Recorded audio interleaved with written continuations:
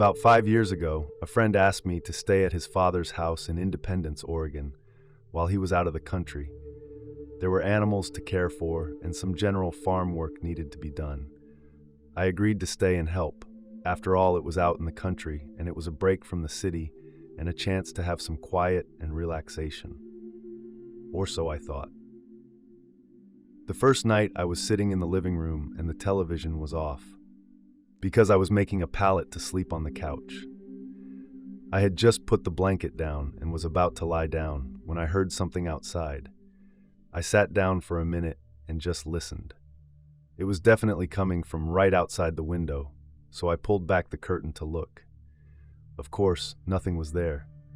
I laid back and listened for another 15 minutes and looked again, but there was nothing out there. The sounds that I was hearing sounded like a horse and buggy, perhaps, and it sounded like people were whispering or talking quietly.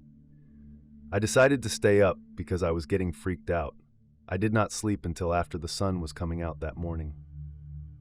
When my friend came down from upstairs for coffee that morning after working a graveyard shift, I asked him what it was that I had heard in the night.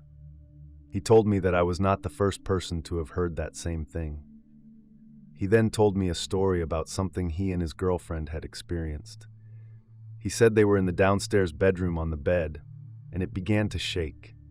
It lifted about 6 to 8 inches off the ground and then dropped. My heart was pounding and I was so scared I felt like I could not breathe, and right then the hair on the back of my neck stood on end. It was a very eerie feeling. I told him I could not stay out there anymore, and I got in my car with my friend Adam and we headed down the long downhill driveway. I looked to the right of the drive and saw what looked to me like a soldier from the Civil War era or something. It was about 6 feet tall and a bluish-gray transparent figure wearing a coat with buttons down both sides of the chest. He was holding a rifle in one arm and wore a hat with a small squared bill. I sped up and left the drive as fast as I could without saying a word.